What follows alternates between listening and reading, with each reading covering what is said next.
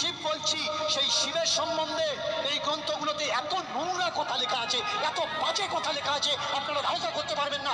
যদি বলি কখনো পড়েছেন, বলবেন পড়িনি। বলুন তো মায়েরা, যারা কদিন আগে শিবের মাথায় জল ঢাললেন, শিবের বউ কটা?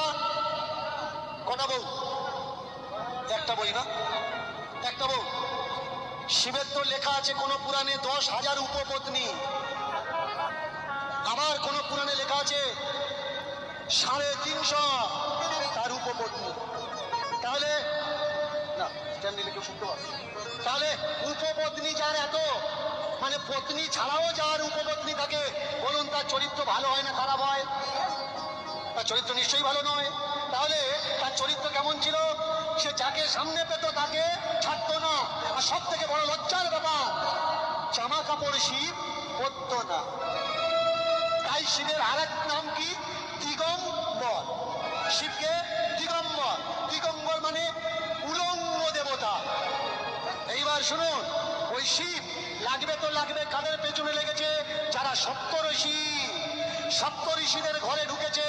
সপ্তর্ষিরা ব্রহ্মার কাছে নালিশ করলো, হে পিতামহ, শিবকে আমাদের হাত থেকে রক্ষা করো, শিব আমাদেরকে অপমান করছে, এই জায়গায় তুমি কিছু করো। শিবকে পরীক্ষা করার জন্য পিতামহ ব্রহ্মা মেয়ে ছেলে সেজে এসেছে।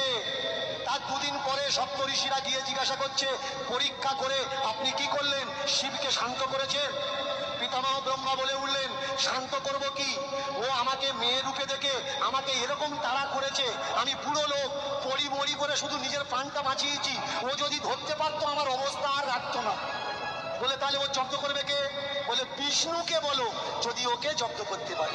সপ্তর্ষিরা বিষ্ণুর আশ্রয়ী হলো। এটা আমার মুখের কথা না, পুরাণের কথা, কখনো পড়ার দরকার। সপ্তর্ষিরা বিষ্ণুর আশ্রয়ে গেলে বিষ্ণু কি বললেন? বিষ্ণু বললেন, সেটা দিয়ে ঝামেলা, চা দিয়ে অশান্তি, ধরো কেটে বাদ দাও। ব্যাস, সপ্তর্ষি স্ত্রীরা মিলে, সপ্তর্ষিরা মিলে বহু চক্রান্ত করে তার শরীর থেকে তার লিঙ্গকে বাদ দেওয়া হলো। কিন্তু ওই লিঙ্গের তেজ যেমন পৃথিবীকে ধ্বংস করে দিচ্ছে। বিষ্ণু বলল, পাথর দিয়ে থেঁতে নষ্ট করে দাও। পাথর দিয়ে থেঁতা হলো, কিন্তু নষ্ট হলো না। পরে সতী যোনি রূপ ধারণ করে সেই লিঙ্গকে ধারণ করেন। এই যে বড় লজ্জার ব্যাপার, হে ভগবান বিষ্ণু, এই লজ্জা পৃথিবীতে লুকাবো কি করে? বললো, বেলপাতা দাও, দিয়ে ঢাকা দাও।